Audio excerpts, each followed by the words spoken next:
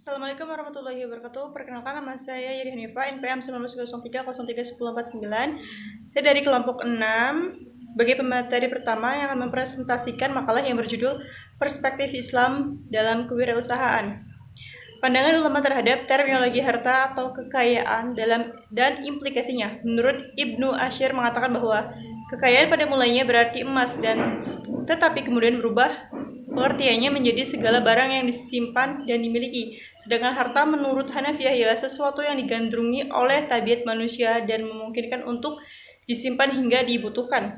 Harta menurut Imam Hanafi yaitu segala sesuatu yang memenuhi dua kriteria sebagai berikut. Yang pertama adalah sesuatu yang dipunyai dan bisa diambil manfaatnya. Yang kedua adalah sesuatu yang dipunyai dan bisa diambil manfaatnya secara konkret seperti tanah, barang-barang, perlengkapan ternak, dan uang. Dapat ditarik kesimpulan bahwa harta adalah nama bagi selain manusia. Sesungguhnya yang dapat dimiliki oleh setiap manusia, baik oleh seluruh manusia maupun oleh sebagian manusia. Sesuatu yang sah untuk diperjualbelikan, sesuatu yang dapat dimiliki dan mempunyai nilai. Babi bukanlah harta, karena babi bagi seorang muslim haram untuk diperjualbelikan.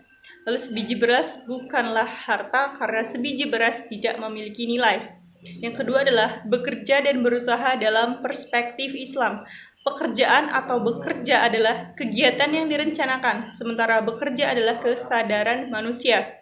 Dasar hukum bekerja, Nabi Sallallahu Alaihi Wasallam bersabda yang inti dari artinya adalah, jika kalian mau, aku berikan zakat. Namun, tidak ada bagian zakat bagi orang kaya dan kuat bekerja. Hadis Bukhari, Abu Daud.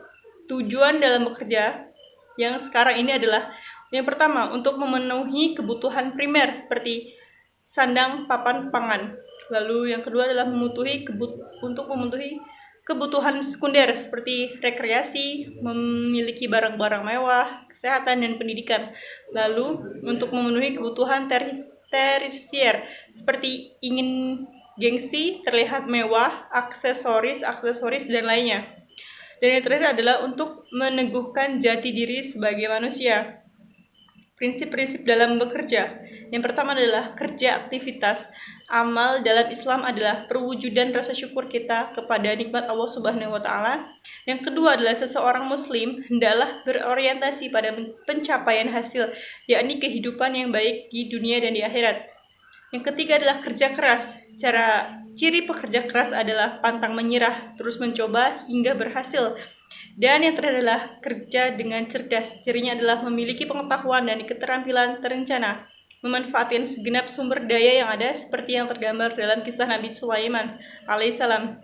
Demikian presentasi yang dapat saya sampaikan. Materi selanjutnya akan disampaikan oleh Vina Novalia. Saya akhiri. Wassalamualaikum warahmatullahi wabarakatuh.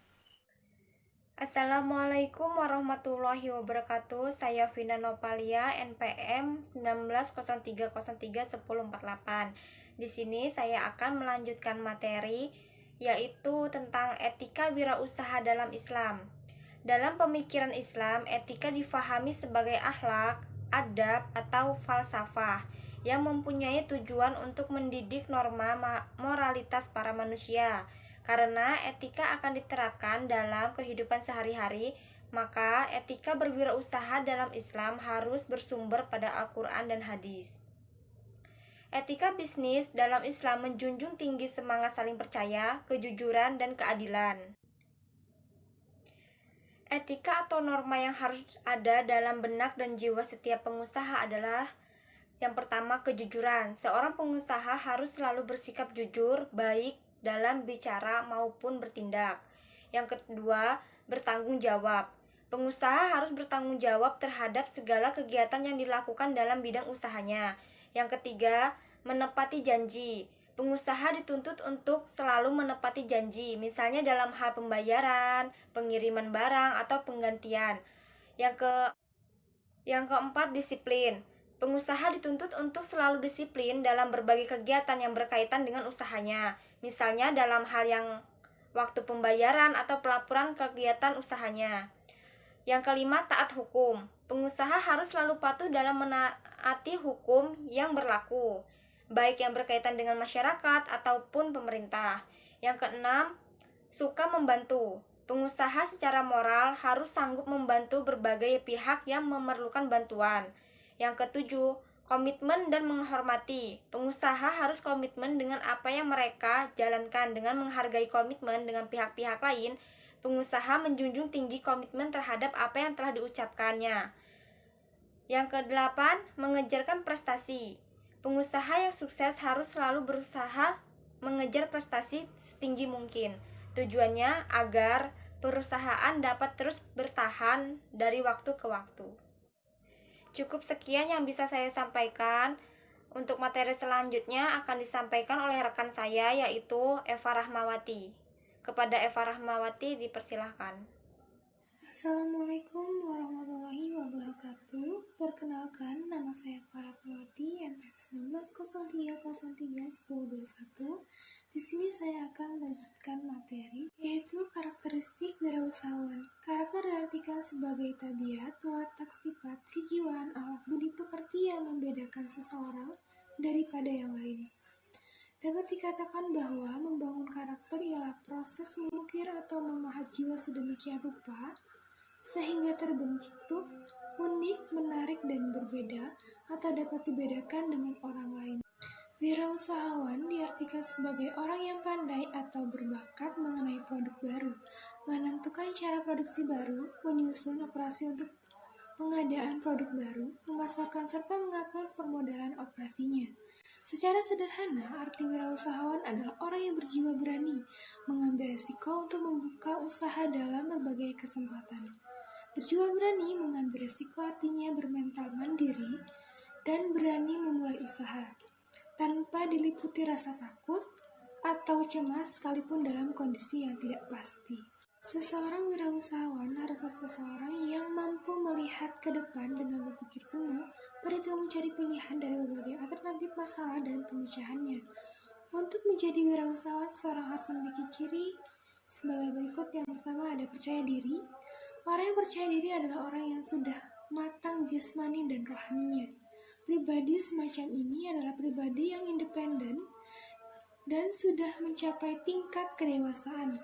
Percaya diri merupakan suatu panduan sikap dan keyakinan seseorang dalam melaksanakan tugas atau pekerjaan. Yang kedua ada inisiatif. Artinya selalu ingin mencari dan memulai sesuatu. Untuk memulai diperlukan adanya niat dan tekad yang kuat. Dalam kewirausahaan, peluang hanya diperoleh apabila ada inisiatif. Perilaku inisiatif ini biasanya diperoleh melalui pelatihan dan pengalaman yang bertahun-tahun, dan pengembangan diperoleh dengan cara disiplin diri, berpikir kritis, tanggap, bergairah, dan semangat. Yang ketiga ada motivasi prestasi.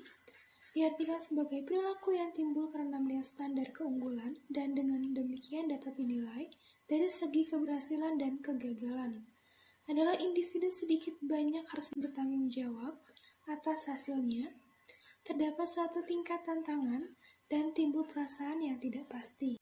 Yang keempat ada kepemimpinan, ialah kualitas tingkah laku seseorang yang mempengaruhi tingkah orang lain atau kelompok orang sehingga mereka bergerak ke arah tercapainya tujuan bersama. Yang terakhir, berani mengambil resiko. Setiap usaha, baik usaha baru maupun usaha yang telah lama, akan selalu berhadapan dengan resiko. Resiko selalu ada tanpa dapat dikatakan secara pasti. Seseorang wirausahawan harus belajar dari hal-hal yang pernah terjadi sebelumnya. Seorang wirausaha yang berani menanggung resiko adalah orang yang selalu ingin menjadi pemenang dan memenangkan dengan cara yang baik, tergantung pada daya tarik setiap alternatif, siap untuk mengalami kerugian, dan kemungkinan relatif untuk sukses atau kegagalan. Sekian penjelasan dari saya, kurang lebihnya mohon maaf. Wassalamualaikum warahmatullahi wabarakatuh.